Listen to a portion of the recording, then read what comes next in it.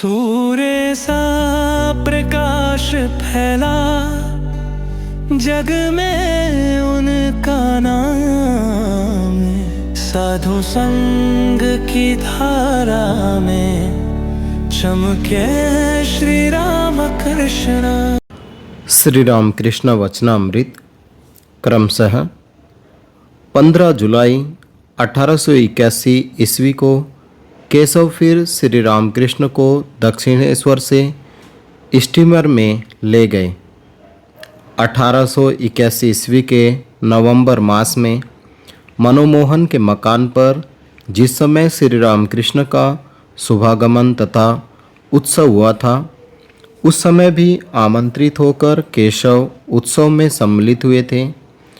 श्री त्रैलोक्य आदि ने भजन गाया था। 1881 ईस्वी के दिसंबर मास में श्री रामकृष्ण आमंत्रित होकर राजेंद्र मित्र के मकान पर गए थे। श्री केशव भी गए। यह मकान ठनठनिया के बेचू चटर्जी स्ट्रीट में है। राजेंद्र थे राम तथा मनोमोहन के मौसा। राम मनोमोहन ब्रह्मभक्त राजमोहन तथा राजेंद्र ने केशव को समाचार देकर निमंत्रित किया था। केशव को जिस समय समाचार दिया गया, उस समय वे भाई अघोरनाथ के शोक में असोच अवस्था में थे। प्रचारक भाई अघोर ने 8 दिसंबर बृहस्पतिवार को लखनऊ शहर में देहत्याग किया था। सभी ने अनुमान किया कि केशव न आ सकेंगे। समाचार पाकर केशव बोले, यह कैसे? परमहंस महाशय आएंगे और मैं न आऊँगा? अवश्य जाऊँगा। असोच में हूँ, इसलिए मैं अलग स्थान पर बैठकर खाऊँगा। मनोमोहन की माता परम भक्तिमती श्यामा सुंदरी देवी ने श्री रामकृष्ण को भोजन परोसा था। राम भोजन के समय पास खड़े थे। जिस दिन राजेंद्र के घर पर श्री रामकृष्ण ने शुभागमन किया, उस दिन तीसरे पहर सुरेंद्र ने उन्हें चीना बाजार में ले जाकर उनका फोटो उतरवाया था। श्री रामकृष्ण खड़े खड़े समाधिमग्न थे। उत्सव के दिन महेंद्र गोस्वामी ने भागवत की कथा की। जनवरी 1882 ईस्वी माघोत्सव के उपलक्ष्य में सिमोलिया ब्रह्म समाज के उत्सव में ज्ञान चौधरी के मकान पर श्री रामकृष्ण और केशव आमंत्रित होकर उपस्थित थे। आगमन में कीर्तन हुआ।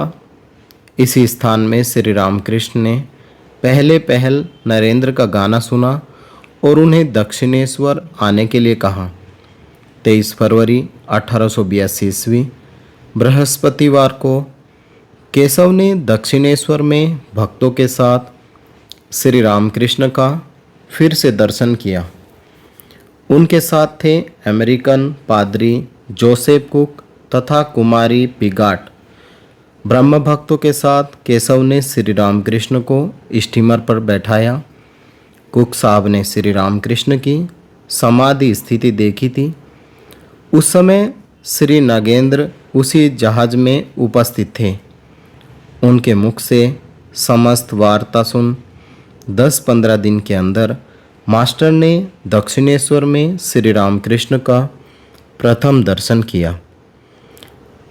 3 मास बाद अप्रैल मास में श्री रामकृष्ण कमल कुटीर में केशव को देखने आए।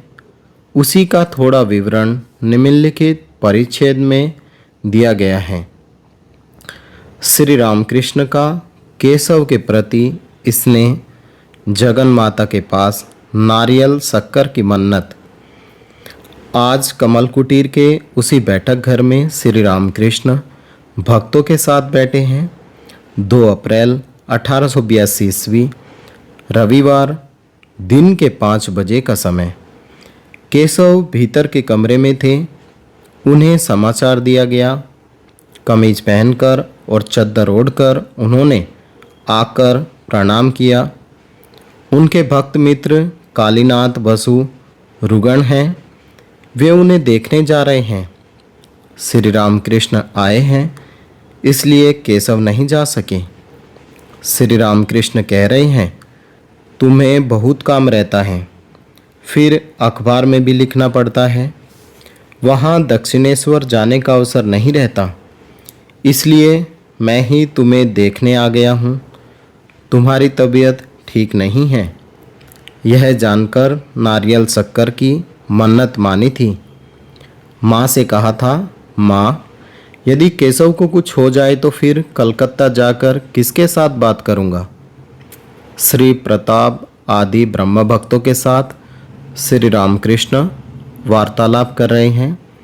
पास ही मास्टर को बैठे देख वे केशव से कहते हैं, वे वहाँ पर दक्षिणेश्वर में क्यों नहीं जाते हैं, पूछो तो।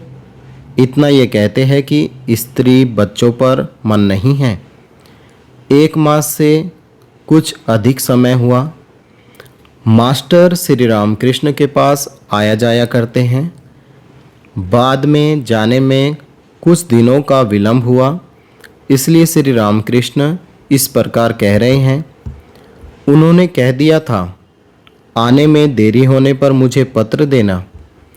ब्रह्म भक्तगण श्री सामाध्यायी को दिखाकर श्री रामकृष्ण से कह रहे हैं, आप विद्वान हैं, वेद शास्त्र आदि का आपने अच्छा अध्ययन किया है।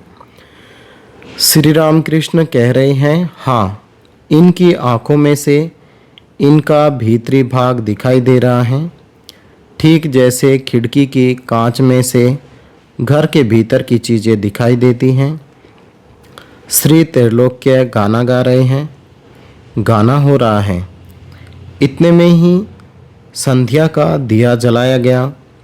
गाना सुनते सुनते श्री रामकृष्ण एकाएक खड़े हो गए और माँ का नाम लेते लेते समाधि मग्न हो गए। कुछ स्वस्थ होकर स्वयं ही नृत्य करते करते गाना गाने लगे, जिसका आशय इस प्रकार है, मैं सुरापान नहीं करता, जय काली कहता हुआ सुधा का पान करता हूँ। वह सुधा मुझे इतना मतवाला बना देती है कि लोग मुझे नशाखोर कहते हैं। गुरुजी का दिया हुआ गुड़ लेकर उसमें प्रवृत्ति का मसाला मिलाकर ज्ञान रूपी कलार उससे शराब बनाता है और मेरा मतवाला मन उसे मूल मंत्र रूपी बोतल में से पीता है। पीने के पहले तारा कहकर मैं उसे शुद्ध कर लेता हूँ। राम प्रसाद कहता है कि ऐसी शराब पीने पर धर्म अर्थ आदि चतुर्वर्ग की प्राप्ति होती है। श्री केशव को श्री रामकृष्ण स्नेहपूर्ण नेत्रों से देख रहे हैं, मानो अपने निजी हैं, और मानो भयभीत हो रहे हैं कि कहीं केशव किसी दूसरे के अर्थात संसार के न बन जाएं। उनकी ओर ताकते हुए श्री रामकृष्ण फिर गाना प्रारंभ किया, जिसका भावार्थ इस प्रकार है, बात करने से भी डरती हूँ, न करने से भी डरती हूँ। हे राधे, मन में संदेह होता है कि कहीं तुम जैसी निधि को गवा न बैठूं। हम तुम्हें वह मंत्र बतलाती हैं जिससे हम विपत्ति से पार हो गई हैं, और जो लोग को भी विपत्ति से पार कर देता है। अब तुम्हारी जैसी इच्छा, अर्थात सब कुछ छोड़ भगवान को पुकारो, वे ही सत्य हैं और सब अनित्य। उन्हें प्राप्त किए बिना कुछ भी न होगा, यही महामंत्र हैं। फिर बैठकर भक्तों के साथ वार्तालाप कर रहे हैं। उनके लिए जलपान की तैयारी हो रही है। हाल के एक कोने में एक ब्रह्म भक्त पियानो बजा रहे हैं। श्री रामकृष्ण प्रसन्न वदन हो बालक की तरह पियानो के पास खड़े होकर देख रहे हैं। थोड़ी देर बाद उन्हें अंतपुर में ले जाया गया। वहाँ वे जलपान करेंगे और महिलाएं उन्हें प्रणाम करेगी। श्री रामकृष्ण का जलपान समाप्त हुआ। अब वे गाड़ी में बैठे। ब्रह्म भक्त सभी गाड़ी के पास खड़े हैं। कमल कुटीर से गाड़ी दक्षिणेश्वर की ओर चली। आज का पाठ यहीं तक। ओम निरंजनम नित्यमनंतरूपम भक्तानुकंपाधृतविग्रहं वे ईशावतारं परमेशमीड्यं तं रामकृष्णं शिरसा नमामः। जय राम कृष्ण।